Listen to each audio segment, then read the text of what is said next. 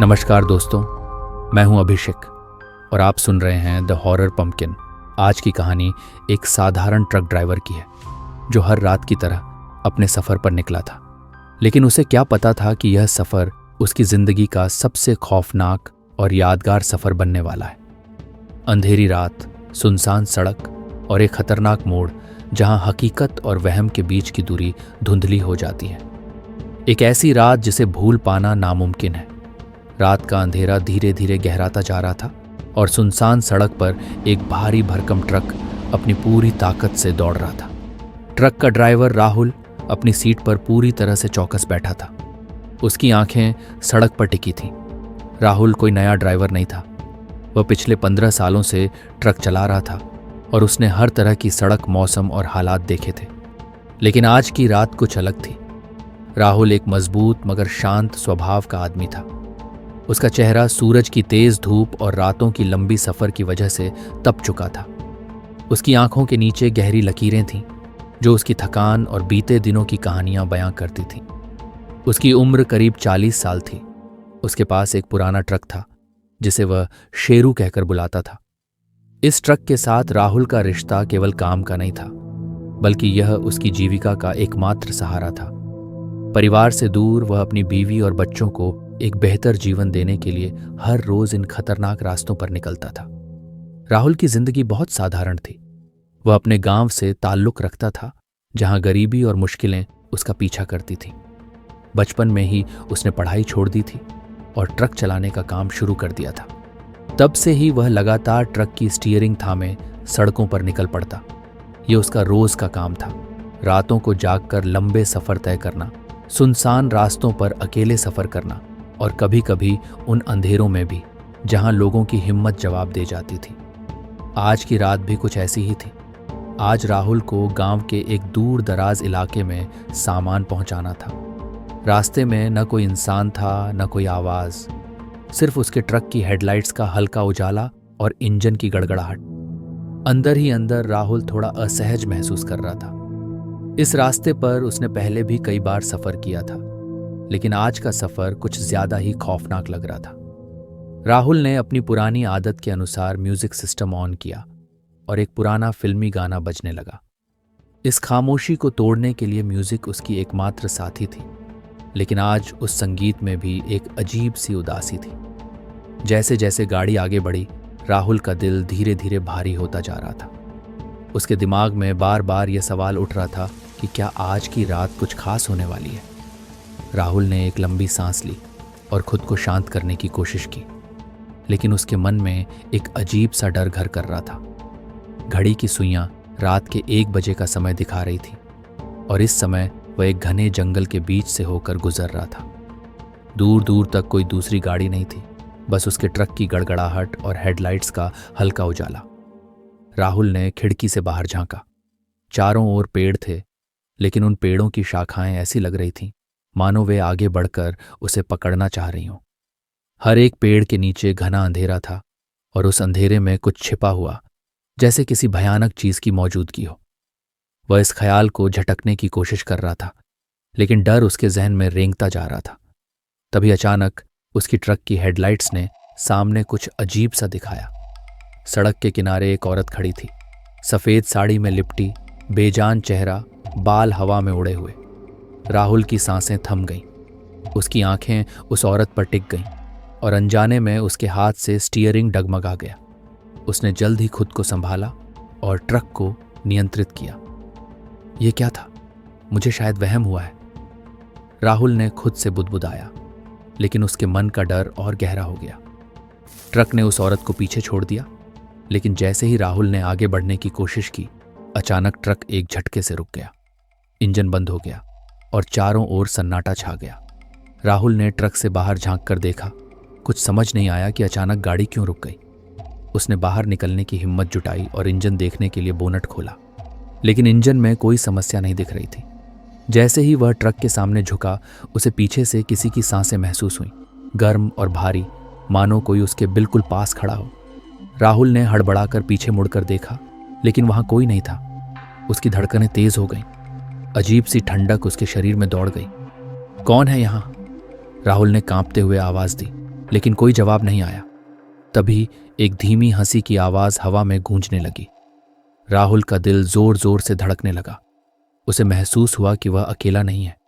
किसी की नजरें उसे घूर रही थीं और वह नजरें उसे छिपे हुए अंधेरे से महसूस हो रही थीं। उसे अचानक सड़क के दूसरी ओर कुछ हरकत दिखी।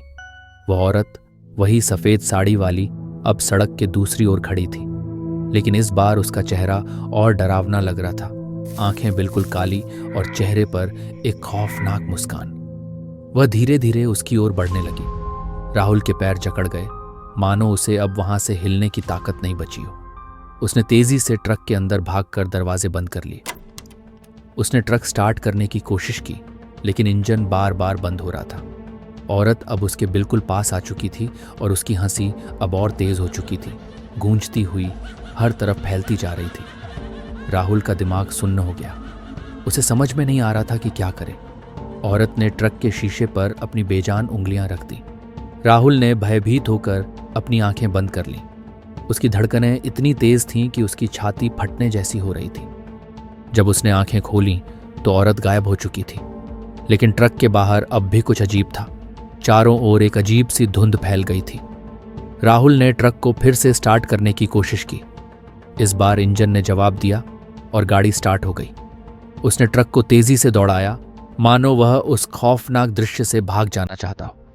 लेकिन जब उसने रियर व्यू मिरर में देखा, उसका दिल धक से रह गया।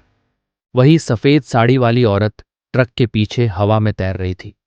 उसकी हंसी अब और भी तेज थी और फिर अचानक उसकी आंखों के सामने सब कुछ धुंधला होने लगा। सड़क गायब हो रही थी, पेड़ गायब हो रहे थे और फिर एक जोरदार धमाके के साथ ट्रक किसी चीज से टकरा गया। राहुल ने होश खो दिए। जब राहुल को होश आया तो उसने खुद को ट्रक के बाहर जमीन पर पड़ा हुआ पाया। चारों ओर अंधेरा फैला हुआ था और उस अंधेरे में से वही खौफनाक हंसी गूंज रही थी। राहुल की सांसें तेज हो गई थीं, उसकी धड़कनें रफ्तार से दौड़ रही थीं। चारों ओर सिर्फ गहरा अंधेरा और एक अनजानी ठंडक थी जो उसकी हड्डियों तक को कंपा रही थी। वह उठने की कोशिश करने लगा, लेकिन उसके पैर जकड़े हुए थे। ऐसा लग रहा था जैसे कोई अदृश्य शक्ति उसे रोक रही हो। तभी एक अजीब सी आवाज गूंजने लगी, वही खौफनाक हंसी जो उसने ट्रक के शीशे पर देखी और महसूस की थी। राहुल ने डर के मारे अपनी आंखें बंद कर लीं, लेकिन हंसी और तेज होती जा रही थी। उसने धीरे धीरे आंखें खोलीं और देखा कि वही सफेद साड़ी में लिपटी औरत अब उसके सामने खड़ी थी।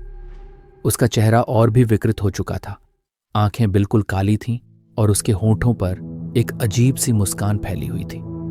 राहुल ने अपने पैरों को झटकने की कोशिश की, लेकिन उसकी जकड़न अब और भी बढ़ गई थी। तुम कौन हो? राहुल ने कांपती आवाज में पूछा। उस औरत ने कोई जवाब नहीं दिया। उसकी हंसी अब एक तीखी चीख में बदल चुकी थी। जैसे ही राहुल उठने की कोशिश कर रहा था, उसका शरीर पूरी तरह से लकवाग्रस्त हो चुका था। औरत धीरे धीरे उसकी ओर झुकने लगी। उसके ठंडे हाथ राहुल के गले की ओर बढ़ने लगे। राहुल ने चीखने की कोशिश की, लेकिन उसकी आवाज उसके गले में अटक गई। उसे एहसास हो गया कि यह कुछ ऐसा था जिससे वह कभी बच नहीं सकेगा। उसकी आंखों के सामने अंधेरा छाने लगा और उसने आखिरी बार वही हंसी सुनी जो अब एक चीख में बदल चुकी थी।